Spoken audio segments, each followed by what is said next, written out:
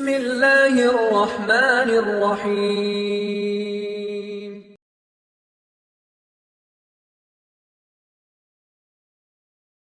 அஸ்ஸலாமு அலைக்கும் வரஹ்மத்துல்லாஹி வபரகாத்துஹ். சமூக நீதியை வெளிப்படுத்தக்கூடிய இறைத்தூதருடைய செய்திகளில் மிக முக்கியமானது இறைத்தூதர் ஸல்லல்லாஹு அலைஹி வஸல்லம் கூறிய இந்த நபிமொழி.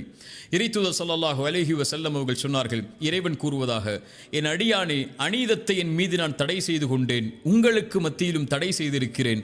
அதனால் உங்களில் ஒருவருக்கு ஒருவர் ஃபலா ததாலமு, அநீதம் செய்யாதீர்கள், அநீதம் செய்து கொள்ளாதீர்கள் என்று இறைவன் கூறுவதாக இறைத்தூதர் ஸல்லல்லாஹு அலைஹி வஸல்லம் அவர்கள் சொன்னார்கள். அநீதம் செய்வதை இறைவன் தனக்குத்தானே தடை செய்து கொண்டான். அநீதம் செய்வது அவனுடைய குணம் அல்ல. இரக்கத்தை இறைவன் தன் மீது கடமையாக்கிக் கொண்டான். நீதம் செலுத்துவதை தன் மீது இறைவன் கடமையாக்கிக் கொண்டான். அநீதம் செய்வதை இறைவன் தனக்கு தடை செய்து கொண்டான். ஒமா ரப்புக பிதல்லாமில் லில் அபீத், இறைமறை சொல்லுகிறது, அடியார்களுக்கு ஒருபோதும் இறைவன் அநீதம் செய்ய மாட்டான். மீண்டும் சொல்கிறேன், அடியார்களுக்கு ஒருபோதும் இறைவன் அநீதம் செய்ய மாட்டான். இறைத்தூதர் ஸல்லல்லாஹு அலைஹி வஸல்லம் சொன்னார்கள், வானங்கள் பூமிகளில் உள்ள மனிதர்களுடைய செயல்களுக்கு ஏற்ப அவர்கள் செய்த பாவங்களுக்கு ஏற்ப தண்டனையை இறைவன் கொடுக்க நாடினால் வேதனையை தண்டனையைத்தான் இறைவன் கொடுப்பானே தவிர அநீதம் செய்வதில்லை. அதுபோலத்தான் வானங்கள் பூமிகளில் உள்ள மனிதர்கள் எல்லோர்களுக்கும் அவரவர்களின் நன்மைகளின் காரணமாக கூலியை கொடுக்க இறைவன் நாடினால் அவர்கள் செய்த செயலை விட சிறந்த முறையில் தான் அவர்களுக்கு இரக்கம் காட்டி கூலி கொடுப்பானே தவிர அநீதம் செய்ய மாட்டான் என்று இறைத்தூதர் ஸல்லல்லாஹு அலைஹி வஸல்லம் அவர்கள் சொன்னார்கள். இறைவன் தன் மீது அநீதத்தை தடை செய்து கொண்டான். அதை மக்களுக்கு மத்தியிலும் தடை செய்து கொண்டான். உங்களுக்கு ஒருவருக்கொருவர் அநீதம் செய்யாதீர்கள் என்ற அறிவுரையை இறைவன் தன்னுடைய இறைத்தூதரின் வாயிலாக எமக்கு தெளிவுபடுத்துகிறான். மனிதர்களில் பெரும்பான்மையான மக்கள் அநீதம் செய்யக்கூடியவர்களாகத்தான் தங்களை ஆக்கிக் கொள்கிறார்கள். படைப்புகளில் பலர் தன்னை படைத்த இறைவனுக்கு அநீதம் செய்கிறார்கள். இணை வைப்புதான், படைத்த இறைவனோடு ஒருவர் இணையாக்கி வணங்குதல் தான் இந்த உலகத்தில் இருக்கக்கூடிய அநீதத்தில் மிகப்பெரிய அநீதி. இன்ன ஷிர்க லதுல்முன் அதீம், இணை வைப்புதான் மகத்தான அநீதி. இறைத்தூதர் ஸல்லல்லாஹு அலைஹி வஸல்லம் முஆத் இப்னு ஜபலை அழைத்து கேட்டார்கள், முஆதே, படைப்புகள் படைத்தவனுக்கு செய்ய வேண்டிய கடமை என்ன தெரியுமா? படைத்தவனுக்கு செய்ய வேண்டிய கடமை முஆது, அவனை வணங்குதல், அவனுக்கு ஒருவரையும் இணையாக்காமல் இருத்தல். முஆது, படைப்புகள் இதை செய்தால் படைத்தவன் அந்த படைப்புகளுக்கு செய்ய வேண்டிய கடமை நீதி என்ன தெரியுமா? இறைவனை வணங்கி அவனை இணையாக்காமல் இருந்தால் அவனை ஒருபோதும் இறைவன் தண்டிக்க கூடாது, வேதனை செய்யக்கூடாது. முஆது, அதுதான் இறைவன் அவர்களுக்கு காட்டக்கூடிய நீதி என்று இறைத்தூதர் ஸல்லல்லாஹு அலைஹி வஸல்லம் சொன்னார்கள்.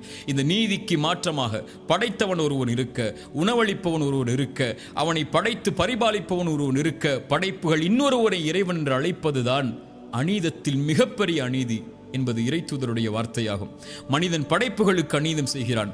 படைப்புகளில் பெற்றோர்களுக்கு மனிதன் அநீதம் செய்யக்கூடியவனாக இருக்கிறான். அவர்களுக்கு நடக்க வேண்டிய முறைக்கு மாற்றமாக நடந்து, மனைவி கணவனுக்கு, கணவன் மனைவிக்கு, பிள்ளைகள் பெற்றோர்களுக்கு, உறவுகளுக்கு, நண்பனுக்கு, அண்டை வீட்டாருக்கு, தன்னுடைய நெருக்கமானவர்களுக்கு, விலகி இருப்பவர்களுக்கு, பிரமதத்தார்களுக்கு, சகோதரர்களுக்கு என எல்லா தரப்பிலும் அநீதம் தான் இந்த உலகத்தில் மிகைத்திருப்பதை பார்க்க முடிகிறது. இறைத்தூதர் ஸல்லல்லாஹு அலைஹி வஸல்லம் ஒரு மனிதன் தனக்குத்தானே அநீதம் இழைக்க கூடாது என்றார்கள். இறைத்தூதரிடத்திலே பலர் வந்து முறையிட்டார்கள், இறைத்தூதரை ஒருவர் இரவு முழுக்க வணங்குகிறார், உறங்கவில்லை. ஒருவர் திருமணம் செய்யாமல் தன்னுடைய வாழ்க்கை முழுவதையும் வணக்க வழிபாட்டில் கழித்துக் கொண்டிருக்கிறார்.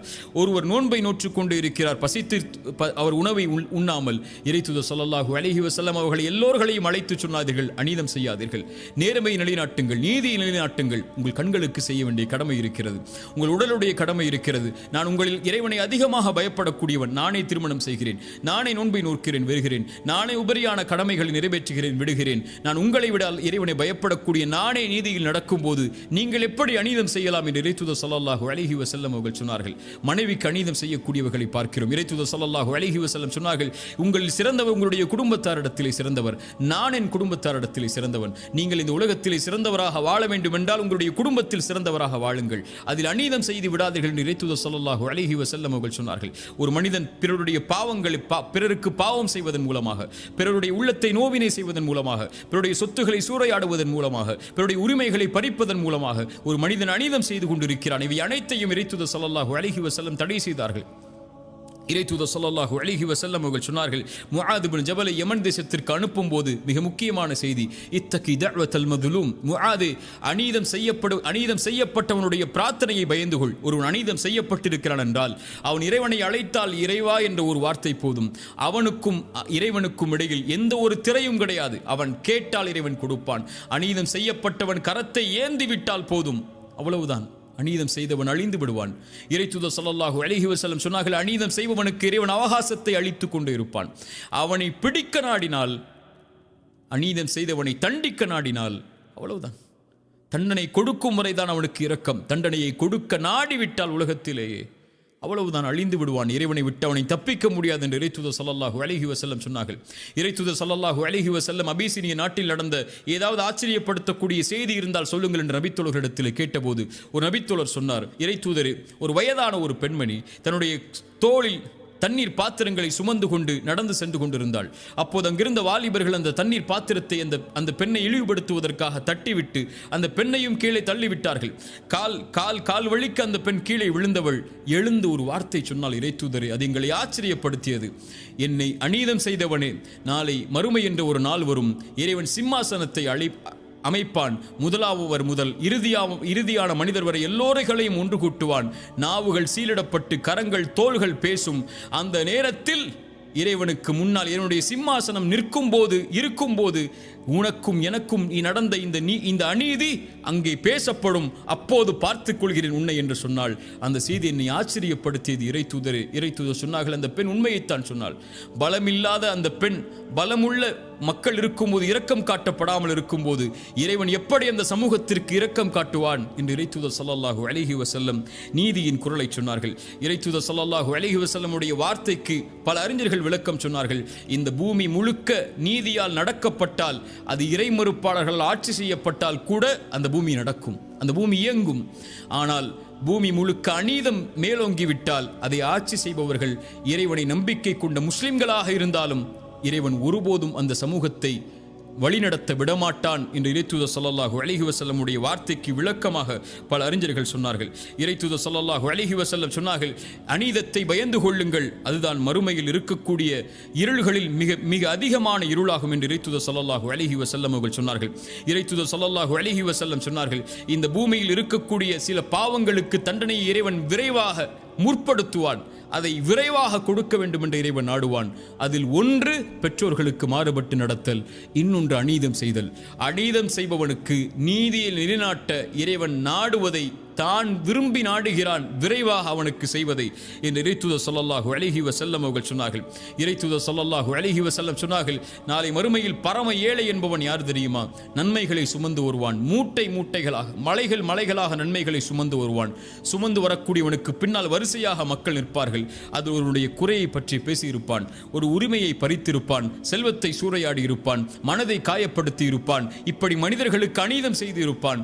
அந்த நீதியை நிலைநாட்டுவதற்காக அநீதம் செய்தவனுடைய நன்மைகளை எடுத்து செய்யப்பட்டவர்களுக்கு இறைவன் வழங்குவான். எல்லா நன்மைகளும் வழங்கப்பட்டு எந்த நன்மையும் அவர்களுக்கு கொடுப்பதற்கு இவன் செய்த அந்த செயலுக்கு பகரமாக கொடுப்பதற்கு இல்லாத பட்சத்தில் அவர்களுடைய பாவங்கள் அவர்களுடைய குற்றங்கள் அனைத்தையும் இவன் மேல் சுமத்தி இவனை நரகத்திலே தூக்கி வீசுவான். நன்மைகளை சுமந்து வந்த இவன் அநீதத்தின் காரணமாக இறைவன் நீதி செலுத்துவதால் நரகத்தில் தூக்கி வீசப்படக்கூடிய இவன்தான் பரம ஏழை என்று இறைத்தூதர் ஸல்லல்லாஹு அலைஹி வஸல்லம் அவர்கள் சொன்னார்கள். ஒருவன் அழைத்தால் அந்த அழைப்பிற்கு இறைவன் பதில் கொடுப்பான் என்றால் அது அநீதம் செய்யப்பட்டவன் அழைத்தால் அந்த அழைப்பிற்கு தான் என்று இறைத்தூதர் ஸல்லல்லாஹு அலைஹி வஸல்லம் அவர்கள் சொன்னார்கள். அல்லாஹ்வுடைய தூதர் ஸல்லல்லாஹு அலைஹி வஸல்லம் தங்களுடைய பிரார்த்தனையில் ஒன்றை இணைப்பார்கள், யா அல்லாஹ், அநீதம் நான் செய்வதிலிருந்தும் எனக்கு அநீதம் செய்யப்படுவதிலிருந்தும் என்னை பாதுகாத்து விடு என்று இறைத்தூதர் ஸல்லல்லாஹு அலைஹி வஸல்லம் சொல்லுவார்கள். நீதிக்கு மாற்றமாக நடத்தல் தான் அநீதம். எந்த ஒரு உரிமை ஒருவருக்கு கொடுக்கப்பட வேண்டுமோ அந்த உரிமைக்கு மாற்றமான ஒரு செயலை செய்தல் தான் அநீதம். இந்த அநீதத்தை இறைவன் தடை செய்து விட்டான். இறைத்தூதர் ஸல்லல்லாஹு அலைஹி வஸல்லம் அதனால் தான் சொன்னார்கள், இறைவன் கூறுவதாக, என் அடியார்களே, அன்போடு அழைத்துச் சொல்கிறான், என் அடியார்களே கேட்டுக்கொள்ளுங்கள், அநீதத்தை நான் என் மீது தடை செய்து கொண்டேன், உங்களுக்கு மத்தியிலும் தடை செய்திருக்கிறேன். ஃபலா ததாலமு, உங்களில் ஒருவருக்கு ஒருவர் ஒருபோதும் அநீதம் செய்யாதீர்கள். இறைவன் உங்களுக்கு அநீதம் செய்வதில்லை. ஆனால் நீங்கள் படைப்புகள் உங்களுக்கு எந்த உரிமையும் அநீதம் செய்வதற்கு இல்லாத பட்சத்தில் உங்கள் பெற்றோர்களுக்கு, உங்கள் உறவுகளுக்கு, உங்களுடைய கணவனுக்கு, உங்களுடைய மனைவிக்கு, பிள்ளைகளுக்கு, நண்பர்களுக்கு, உறவுகளுக்கு, அண்டை வீட்டாருக்கு, தெரிந்தவருக்கு, தெரியாதவருக்கு, உங்கள் மதத்தை சார்ந்து வாழ்பவருக்கு, உங்களை மதத்தை சார்ந்து வாழாத எவருக்கும் ஒரு கடுகளவு கூட அநீதம் செய்து விடாதீர்கள். இறைவன் எந்த செயலையும் பொறுத்துக் கொள்வான். ஒரு மனிதனுடைய செயலில், அவனுடைய நன்மைகளில், அவன் செய்யக்கூடிய பாவங்களில் அநீதம் கலந்து விட்டால் எல்லாம் அழிக்கப்பட்டுவிடும். அநீதம் செய்யப்பட்டவன் நான் ஒருவனுக்கு அநீதம் செய்தவன் எனக்கு எதிராக ஒரு பிரார்த்தனையை செய்து விட்டால் அவ்வளவுதான், வாழ்ந்த வாழ்க்கை முழுக்க வீணாகும். இறைத்தூதர் ஸல்லல்லாஹு அலைஹி வஸல்லம் கூறிய இந்த செய்தியை பாடமாக படிப்பனையாக பெற்றுக்கொள்வோம். அடுத்த சமூக நீதியுடைய செய்தியோடு அடுத்த அமர்வில் சந்திப்போம். ஜஸாக்குமுல்லாஹு கைரன். அகூலு கௌலி ஹாதா அஸ்தக்ஃபிருல்லாஹ லீ வலக்கும். அஸ்ஸலாமு அலைக்கும் வரஹ்மத்துல்லாஹி வபரகாத்துஹு.